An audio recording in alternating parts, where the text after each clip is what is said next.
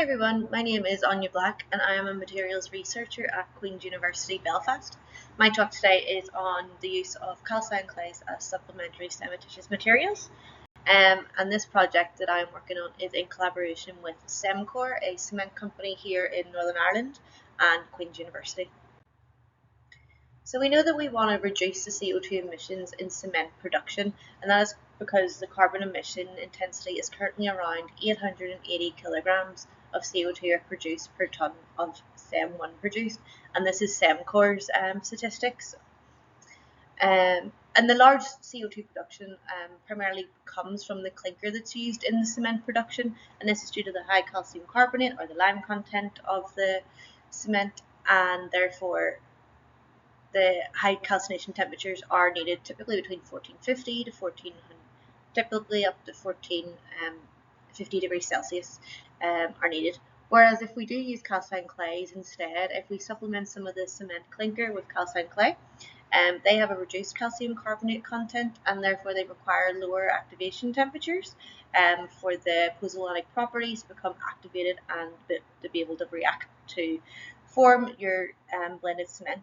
The temperatures typically needed for calcine clays are around 650 degrees Celsius, so it is much lower than what is needed for the cement clinker, and therefore it reduces the CO2 emissions. So for calcine clays to be used as supplementary cementitious materials, as clays are unreactive in their natural state, they have to be heated to a high temperature for the clay structures to collapse to allow them to become reactive whenever they are mixed with water. So the temperatures that we've used or that Semcor used is around 600 to 800 degrees Celsius. We found that around 750 to 800 degrees Celsius is the temperature that creates the most reactive clay. If you go to too high of a temperature, then it can be detrimental to the reactivity, and again, too low, there's not enough of the clay structures have been collapsed. What we can see here in the XRD is that the Semcor raw clay, it has a very high alumina content, so it indicates its potential for producing a really high quality calcine clay.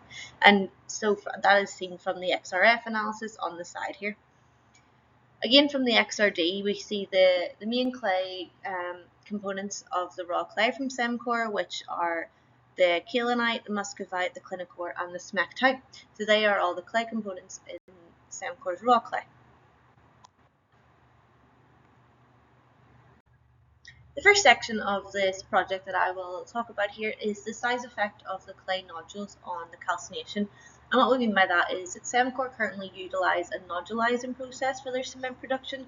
So when this project first started, we thought, well, what would happen if we directly implemented the cement production on the clay production, and we then made these clay nodules, which were made the size of 10mm and 15mm, and they were manufactured to assess the degree of calcination effect on the nodule size. So to see if a 15mm nodule was calcined the same amount as a 10mm, and so on. The reason for the size of these nodules is to do with the slates in Semcor's kiln. So the absolute minimum size that the nodules could be was 10mm, and 15mm was chosen to see the effect that increasing the size of the nodule would have. So the temperature profile these nodules went through were done at Semcor. We utilized Semcor's process here in the lab. So we did 60 minutes at 225 degrees Celsius, around 55 minutes at 650, and 13.5 at 875 degrees Celsius. And after heating, the nodules were then impregnated in epoxy resin and hardener, and then they were dried and cut in half to then expose the center, and then they were polished for SEM imaging. We then examined them by optical microscope. We also carried out the TGA and mass spec on them. We carried out the XRD and again the SEM and EDX analysis. The first analysis technique that I'll show you here is the XRD of these clay nodules. And here we see is that, so whenever we carried out the XRD, we were not able to separate the center of the clay nodule from the edge, and therefore whenever we ground them up, they were all ground together, so therefore it's just the kind of average of the whole nodule overall. So we pass them through, we grind them up with a pestle and mortar, and then we grind them and pass them through a 63 micron sieve. And as you can see from the XRD that we show here, the red is the 10mm nodule and the black line is the 15mm. There is next to no significant difference in the XRD intensity of these two nodules, and they both show the presence of all similar minerals, your quartz, hematite and hydrite, clay structures and feldspars. And what you can see is that any of the clay structures remain, and it's very, very minimal compared to the raw clay that I showed at the start. So we know that we are confident that we have collapsed enough of the clay structure for the clay to become reactive. So then if we look at the TGA of these clay nodules, an interesting result was found. These were ran at 10 degrees Celsius from 30 degrees up until 1000 degrees at 10 degrees Celsius steps. So what we can see here in the 15mm is the pink line and the 10mm is the blue line.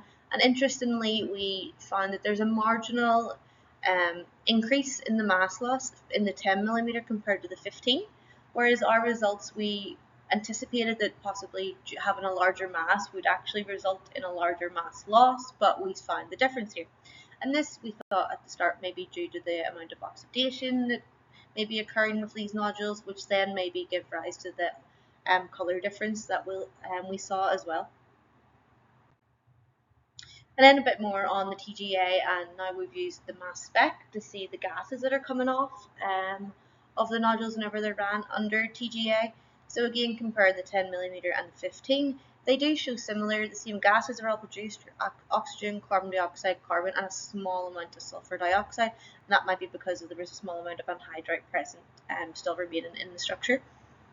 And what we can see here again is that the 10mm seems to be losing more CO2 and carbon compared to the 15mm. So again, at the minute, our hypothesis is that we're attributing this to the degree of oxidation or reduction within the clay nodules. So what I'm showing here is the picture in the middle here is the optical microscope image of the 10mm nodule, and what you can see is that it has a very distinct colour difference between the centre, we've called this the inner region, and the dark outer region.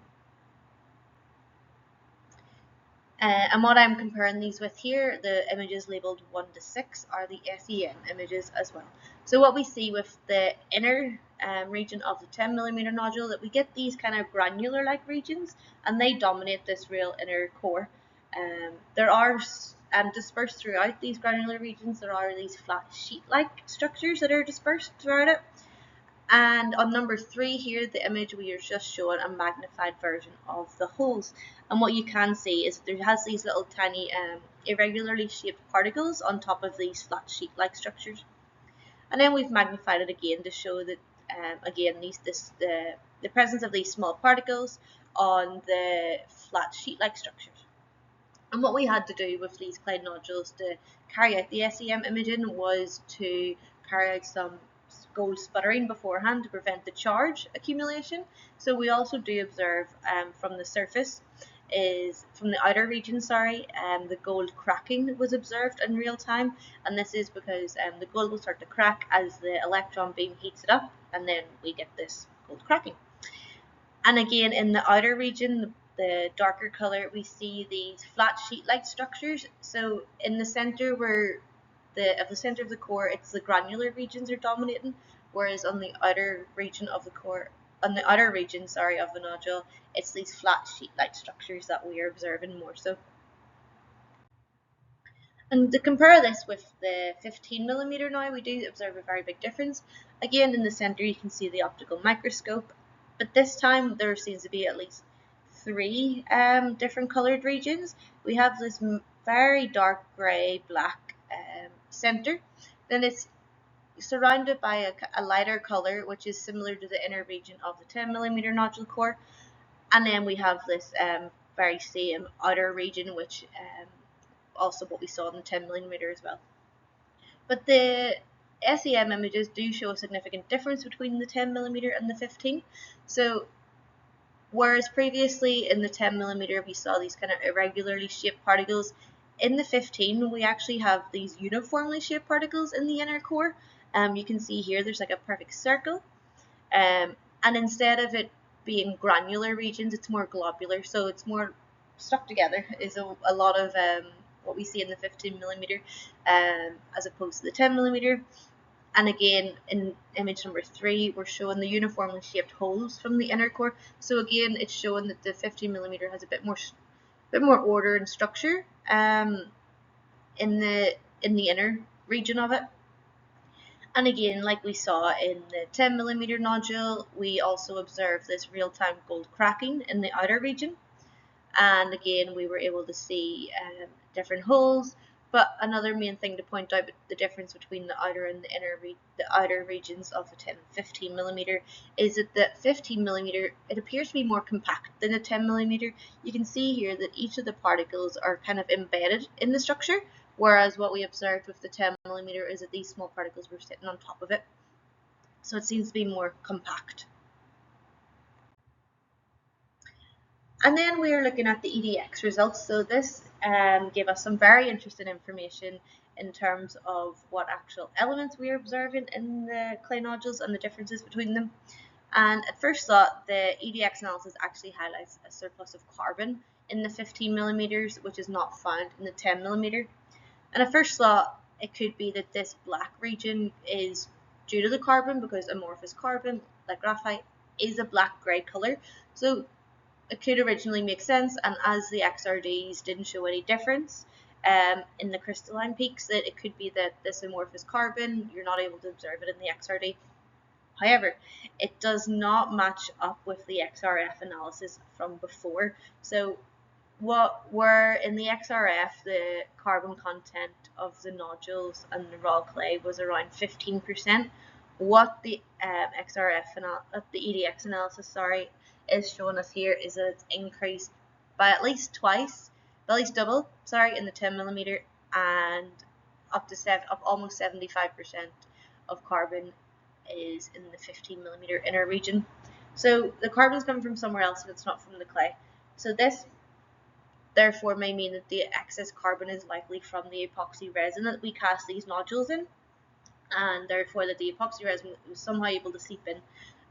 And yeah, so therefore I'm now thinking that this color change is actually to do with the iron speciation in the clay nodules, and I think that it's actually created this black or grey region is due to a reducing environment that's created within the 15 millimeter nodule, which was not created in the 10 millimeter, which then saw the reduction of hematite to magnetite, and therefore this reduction could possibly related to a change in the porosity and the volume of the clay nodule, which then enabled this epoxy resin, mainly made of carbon, to seep into the nodule and therefore give us this EDX result.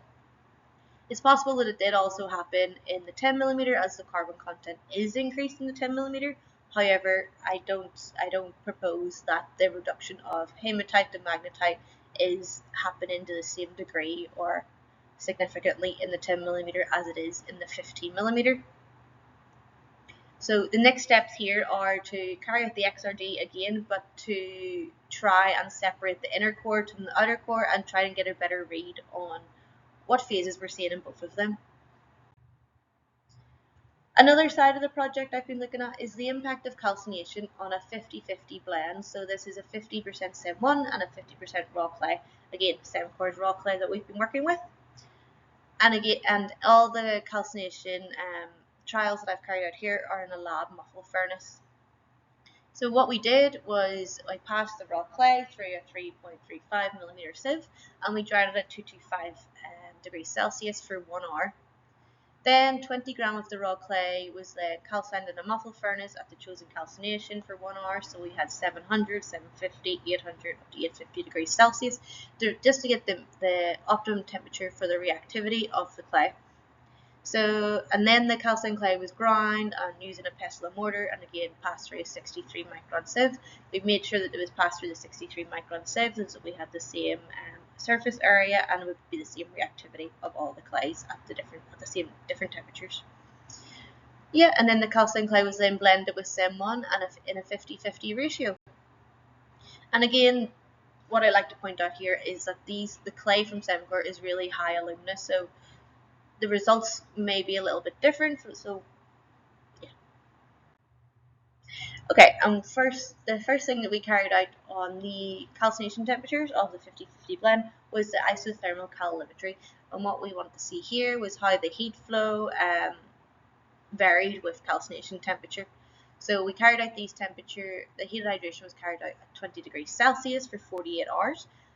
And our analysis is so far showing that the first maxima is attributed to the hydration of calcium silicates. Then we get this real intense secondary peak, which we have attributed to the alumina hydration. And the reason is for that is because we know that the alumina in this cement is coming from the clay.